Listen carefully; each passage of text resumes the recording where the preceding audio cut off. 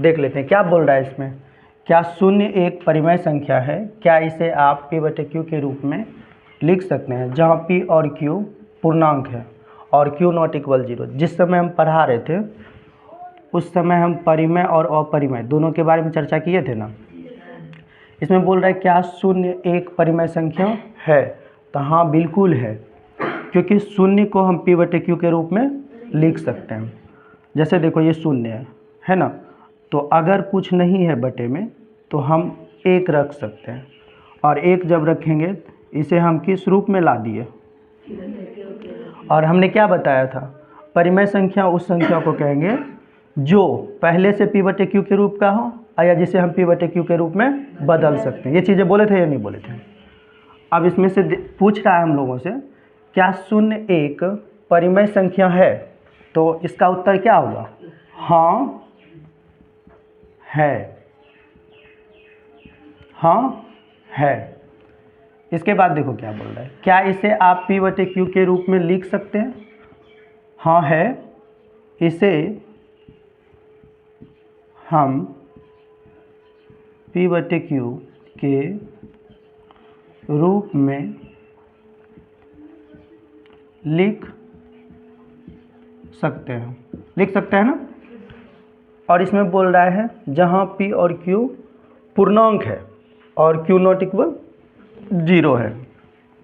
अब अगर हम इसे लिखना चाहें तो एग्जांपल में हम ये कह सकते हैं इस तरह से, जैसे 0 है, 1 है, 2 है, 3 है, इसे हम p/q के रूप में कन्वर्ट कर सकते हैं ना। अगर यहाँ बटे में कुछ नहीं तो एक रख सकते हैं, यहाँ भी बटे में कुछ नहीं तो एक रख सकते हैं, यहाँ भी एक रख सकते हैं, यहाँ भी एक रख सकते हैं। देखो टोटल नंबर अगर देखोगे तो ये p/q के रूप में है या नहीं है।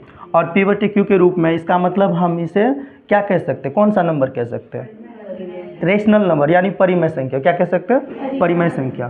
तो हमसे तो यही पूछा जा रहा था क्या शून्य एक परिमेय संख्या है, तो हमने बोला हाँ है। क्या इसे आप p/q के रूप में लिख सकते हैं?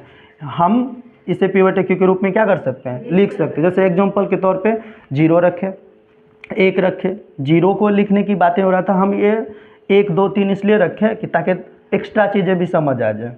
कर सकते हैं हम लोग। तो जैसे 0 बटे में कुछ नहीं था, 1 रख लिए, ये अपने आप किस चीज़ में आ गया? p/q के रूप में, क्योंकि हम इसे p/q के रूप में बदल दिए। क्या ये चीज़ें समझ आ रहा है? तो हम ये कह सकते हैं कि ये प्रूव्ड हो गया।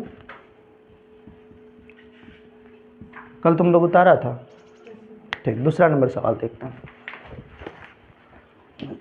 अब दूसरा नंबर लिखना है, ठीक। दूसरा नंबर भी सवाल पहले जब थ्योरी चल रहा था तो बताए थे। 3 और 4 के बीच में 6 परिमेय संख्याएं ज्ञात कीजिए। क्या जिस समय थ्योरी बता रहे थे इसके बारे में चर्चा किए थे ना। देखो इसमें हम क्या सिखाए थे, तुम लोगों को ये बातें सिखाए। जैसे देखो 3 और 4 के बीच 6 परिमेय संख्या ज्ञात करना है। तो सबसे पहले हमको क्या करना, जैसे ये 6 है तो 6 में हम क्या बोले थे? 1 को जोड़ देना है। 6 में क्या करना है? 1 को जोड़ देना है। तो बराबर अगर करोगे तो 6 1 7 हो गया। ये जो 7 आया हमने क्या बोला था, ये 3 से इसे जो है 3 को गुना करा देना है 7 से, और भाग भी 7 से ही दे देना है, यही ना बोले थे। अगर इसे हम करेंगे तो 7 21, अब बटे यहाँ कुछ नहीं तो 1 गुना 7 करोगे 7 आ जाएगा। अगर देखा जाए 3 का निकाले, अब 4 का देखो, यहाँ 4, इसमें भी सेम वही बात बताए थे। 4 को गुना किससे कराना है? 7 से, और भाग भी किससे देना है? 7 से। यहाँ अगर कुछ नहीं तो 1 हम रख सकते हैं ना। और अब देखो 7 चौके 28 हो गया। अब यहाँ देखो 7 एकम 7 हो गया। अब हमारे पास नंबर आ चुका है। जैसे बोल रहा था 3 और 4 के बीच में 6 परिमेय संख्या ज्ञात कीजिए, तो हम 6 परिमेय संख्या ज्ञात कर सकते हैं। कहाँ से? 21 7 तो है ही, तो 22 7 से शुरू करेंगे, यही ना करेंगे। तो हमें 6 परिमेय संख्या, तो यहाँ हम लिख सकते हैं परिमेय संख्या।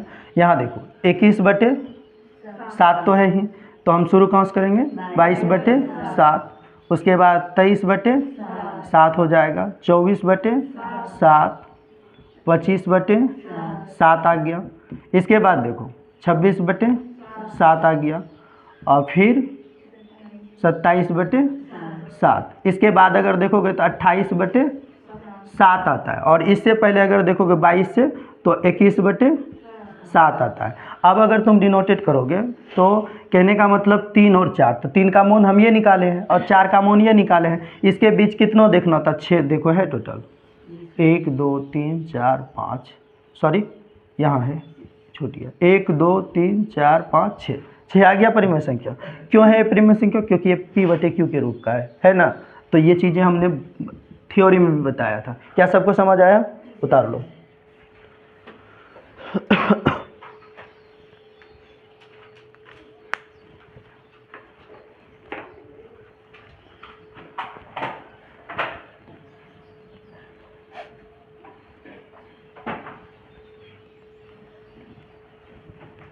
हम लोग किसी भी चीज़ों को जितना बड़ा हवा बना के रखते हैं, एक्चुअली में देखा जाए तो उतना बड़ा हवा नहीं है कि कोई चीज़ पहले शुरू में लगेगा सब कुछ में कि बहुत डिफ़िकल्ट है और ये चीज़ें हमसे तो होगा ही नहीं, ऐसा ही लगता है।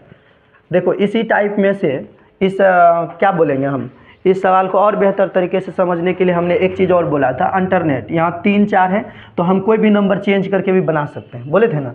जैसे मान के चलो किसी का मन हो गया 7 और 8 रखने का, 7 और 8 के बीच कहेगा कोई कि नहीं 7 और 8 के बीच हमको 6 नहीं चाहिए, 8 चाहिए, तो 8 भी बना सकते हैं। बीच में 8 परिमेय संख्या ज्ञात कीजिए। सॉल्यूशन कर लिए।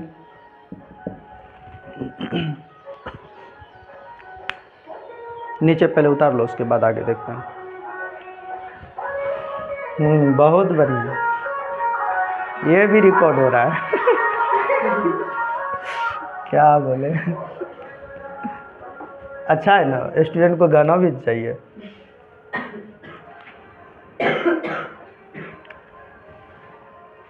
खाली पढ़ाइए कराओगे तो फिर बोर हो जाएगा, डांस सिंगिंग सब चाहिए।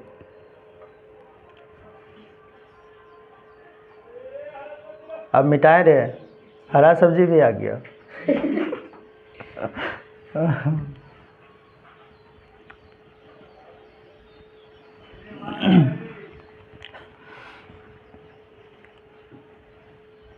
मिटा दें। चलो अब तुम लोग इसे बनाओगे, बोलोगे, हम लिखते चलेंगे। इसमें देखो क्या बोल रहा है, 7 और 8 के बीच में 8 परिमेय संख्या ज्ञात करें। तो हमने क्या सिखाया था, यहाँ 6 था तब ना +1 किए थे, अभी कितना है 8 + 1 है। अब जोड़ो कितना हो गया 9। इसके बाद हमने क्या सिखाया था, जैसे ये 7 है, 7 को 9 से गुना भी करना है और भाग भी 9 से ही देना है। यहाँ कुछ नहीं तो 1 है। जब इसे सॉल्व करेंगे तो देखो 9 7 63 ना, 63 बटे कितना आ गया 9। दूसरा नंबर देखो कितना है 8 है, 8 को गुना किससे कराना है 9 से, भाग भी 9 से ही देना है, बटे में कुछ नहीं तो 1 है, हम रख सकते हैं ना। अब देखो इसे सॉल्व करेंगे, 9 8 है 72 और 9 गुना 1 करोगे 9 है ना। अब हमको नंबर लिखना है किसके बीच, 7 और 8 के बीच। तो 7 का भी मान आ चुका है और 8 का भी मान आ चुका है, तो 63 बटे 9 है, तो हम यहाँ 64 बटे 9 से शुरू कर सकते हैं। कर सकते हैं नहीं कर सकते हैं। तो जब हम यहाँ परिमेय संख्या लिखना शुरू करेंगे तो लिखेंगे हम 64 बटे 9 होगा। इसके बाद 65 बटे 9, 66 बटे 9, 67 बटे 9, 68 बटे 9, 69 बटे 9, 70 बटे 9। इसके बाद फिर हो जाएगा 71 बटे 9। कितना चाहिए था 8 को। अब इसके बाद देखो 71 के बाद आता है क्या है 72 बटे 9, और यहाँ 64 के पहले क्या आता है 63 बटे 9। अब देखो हम जान रहे हैं कि 7 का ही मान है 63 बटे 9 और 8 का ही मान है 72 बटे 9। तो देख लो यहाँ 63 बटे 9 और 72 बटे 9 के बीच में टोटल 8 परिमेय संख्या है कि नहीं। 1 2 3 4 5 6 7 8 सीखा। अब कोई भी नंबर रहेगा हम लोग आसानी से बना लेंगे। बना लेंगे ना? चलो उतारो।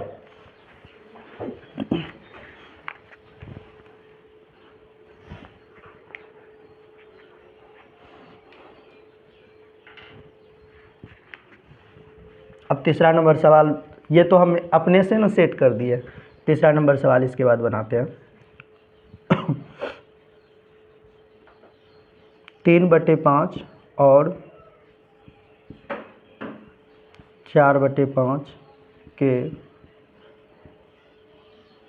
बीच 5 परिमेय संख्याएं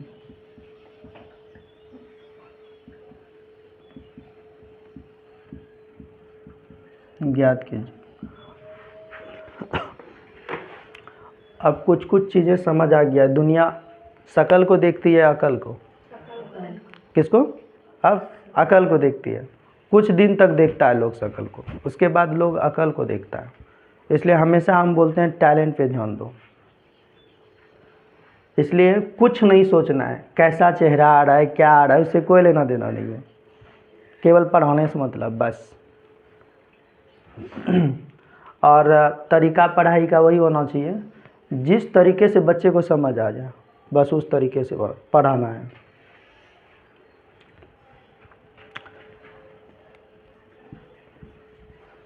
उतार लिया? अब आ जाते हैं हम लोग तीसरा नंबर पे। वो तीसरा नंबर क्या था? एग्जाम्पल था, ऐसे बता दिए थे ताकि तुम लोगों को समझ में आ जाए। कोई भी नंबर अगर चाहो तब बना सकते हो ना। जैसे यहाँ देखो, केवल इतना ध्यान रखना, अल्टरनेटिंग होना चाहिए। जैसे 7 के बाद क्या होना चाहिए? 8। अगर यहाँ 9 रखोगे तो 9 के बाद 10 होना चाहिए। अगर यहाँ 5 है तो यहाँ 6 होना चाहिए। इसके बाद कितनों परिमेय संख्या बोलोगे वो निकल जाएगा। इसी तरीके से सीधा क्या करना, जितना परिमेय संख्या बोलेगा उतना रख देना, उसमें 1 जोड़ देना। 1 जोड़ने के बाद जो फाइनली नंबर आएगा, और जितना से जितना के बीच में पूछा जा रहा है। जैसे 7 यहाँ पूछा था, 7 में देखो 9 से गुना कराए ना। अब गुना भी 9 से करा दिया, और क्या कर दिया हम लोग? भाग भी 9 से ही दे दिए ना। तो उसी तरह फिर इसका देखो 8 और 8 का जब करेंगे, फिर देखो 8 को भी हम किससे गुना करा है? 9 से गुना करा है, और फिर 9 से ही भाग दिए, तो 9 8 72 हो गया।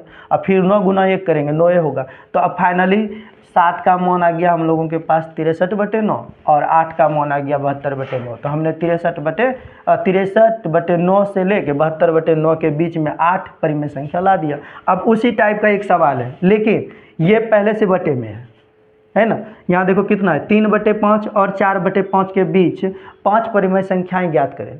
तो ज़्यादा परेशान नहीं होना, ये पूरा आसान है, अच्छे से बना सकते हैं हम लोग। कैसे? तो सीधा इस पे टारगेट करना है। कितना नंबर है, कितना परिमेय संख्या पूछ रहा है हम लोगों को?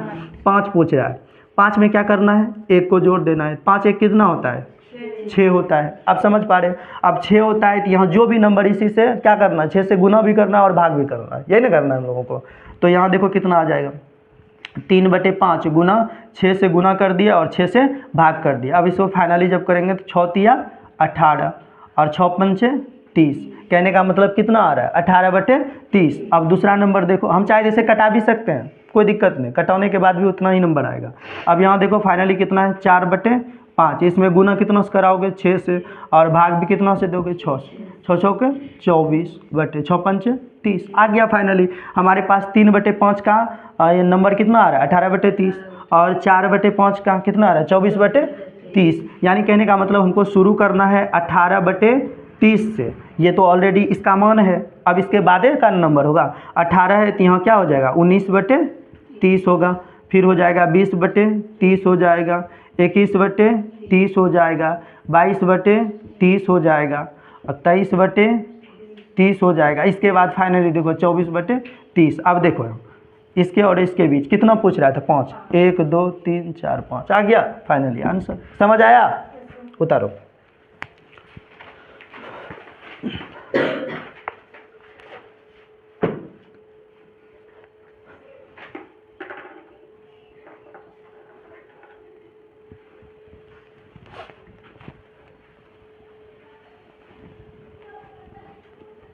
अब तुम लोगों के लिए यूट्यूब पे आप भी आ गया।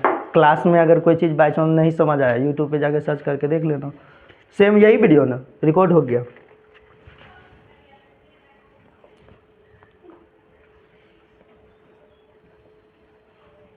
नीचे दिए गए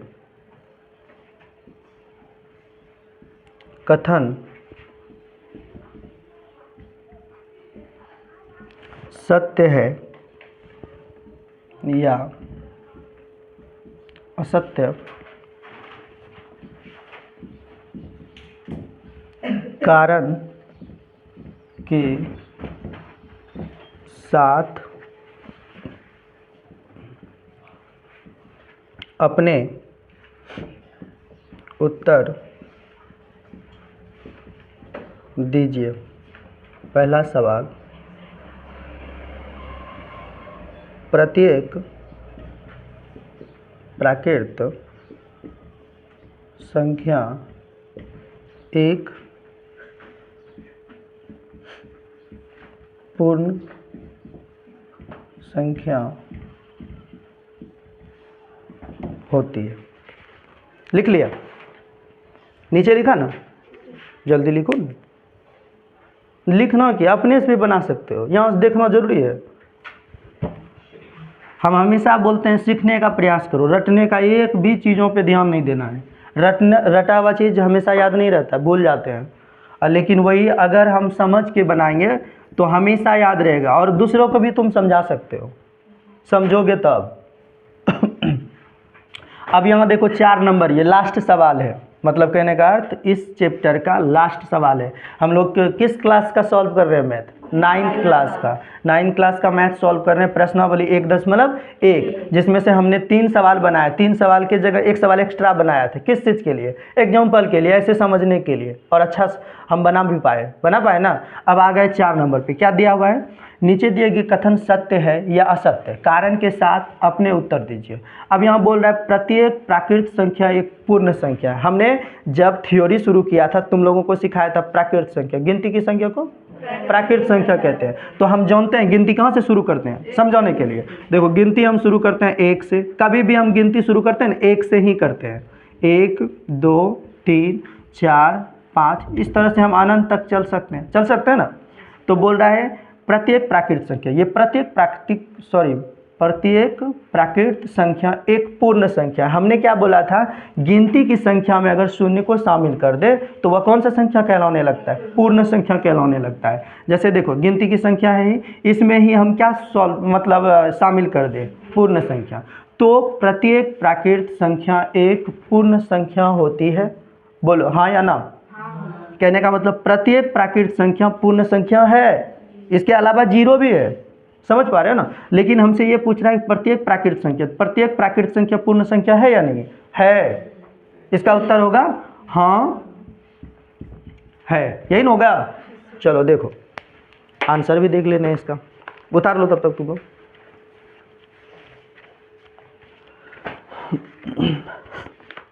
हाँ उत्तर है हाँ है, यानी सत्य है। इसका थोड़ा और भी डिटेल से हम लिख सकते हैं। बोल रहा था नीचे दिए गए कथन सत्य है, तो हाँ है, यानी कहने का मतलब यहाँ हम लिख लेंगे सत्य है। क्या है? सत्य है। पूछ रहा था कारण के साथ बताएं, कारण यही ना बताएंगे। सत्य है क्योंकि प्रत्येक प्राकृत संख्या पूर्ण संख्या है या नहीं है, यही हमको बताना था। अब दूसरा सवाल इसका देख लेते हैं।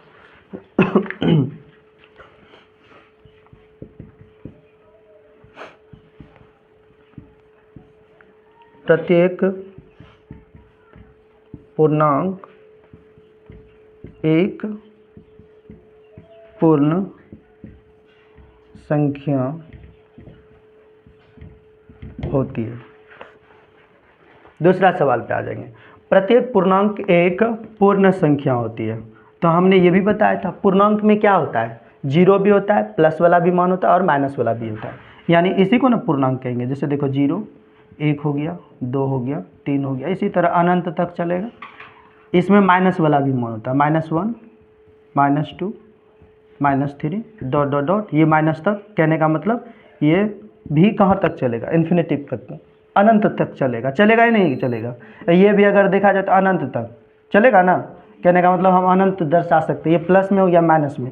देखो बोल रहा है प्रत्येक पूर्णांक एक पूर्ण संख्या है, तो प्रत्येक पूर्णांक, ये सभी पूर्णांक संख्या क्या पूर्ण संख्या है?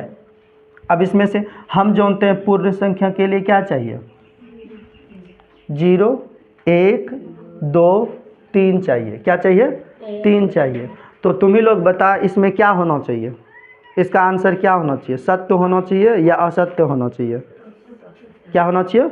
असत्य होना चाहिए, क्योंकि इसमें जो है -2 या मान के चलो -3 -1 ये पूर्ण संख्या है ही नहीं। तो इसका उत्तर हो जाएगा असत्य है, क्योंकि -1 -2 -3 डॉट डॉट ये पूर्ण संख्या नहीं है। समझ गया ना? पूर्ण संख्या नहीं है। उतार लो। अब एक सवाल और बचा है।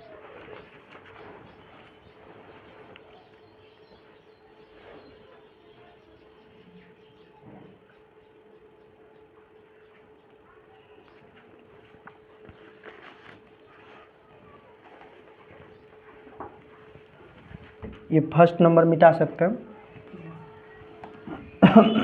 एक सवाल और बचा है इस चैप्टर में, फिर ये चैप्टर कंप्लीट।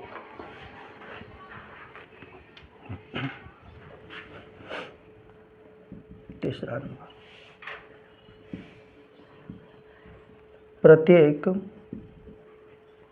परिमेय संख्या एक पूर्ण संख्या होती है।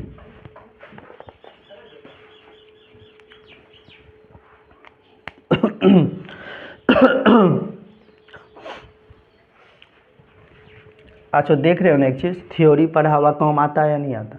हमेशा अगर हम थ्योरी से अच्छा समझ जाते हैं ना तो प्रश्नावली आसानी से हम बना लेते हैं। ये भी आराम से बना सकते हैं। इसमें देखो क्या बोल रहा है हम लोगों को कि प्रत्येक परिमेय संख्या एक पूर्ण संख्या है। हम जानते हैं परिमेय संख्या वैसी संख्या होता है जो p/q के रूप का होता है या जिसे हम p/q के रूप में बदल सकते हैं। तो यहाँ जो बोल रहा है कि प्रत्येक परिमेय संख्या, मान लो एग्जाम्पल के तौर पे हम परिमेय संख्या लिख रहे हैं, ऐसा लिखो जैसे 5/2, ये कौन सा संख्या है? परिमेय संख्या है। देखो 6/3 ये परिमेय संख्या है, और √4 ये भी परिमेय संख्या है, क्योंकि इसे हम p/q के रूप में बदल सकते हैं। समझ रहे हो ना? इस तरह के बहुत सारे नंबर होंगे जो हम परिमेय संख्या कह सकते हैं। लेकिन बात है कि परिमेय संख्या, प्रत्येक परिमेय संख्या एक पूर्ण संख्या होती है, तो मैं कहता हूँ नहीं होता है। क्यों? क्योंकि पूर्ण संख्या तो 0 और 1 2 3 डॉट डॉट यही होता है ना, ये पूर्ण संख्या है। अब परिमेय संख्या ये है, परिमेय संख्या उस संख्या को कहते हैं जो p/q के रूप का हो, जैसे p/q के रूप में बदल सकते हैं। जैसे इसका हम अगर फाइनली आंसर लिखे तो ये क्या हो जाएगा? असत्य हो जाएगा, क्योंकि असत्य है। ये सत्य है कि असत्य है? असत्य है, क्योंकि पूर्ण संख्या, क्योंकि पूर्ण संख्या 0 1 2 है, लेकिन 5/2 6/3 पूर्ण संख्या नहीं है या नहीं है? नहीं है, क्योंकि ये परिमेय संख्या है। समझ आ गया? Chapter complete. सबको समझ आया? चलो उतार लो।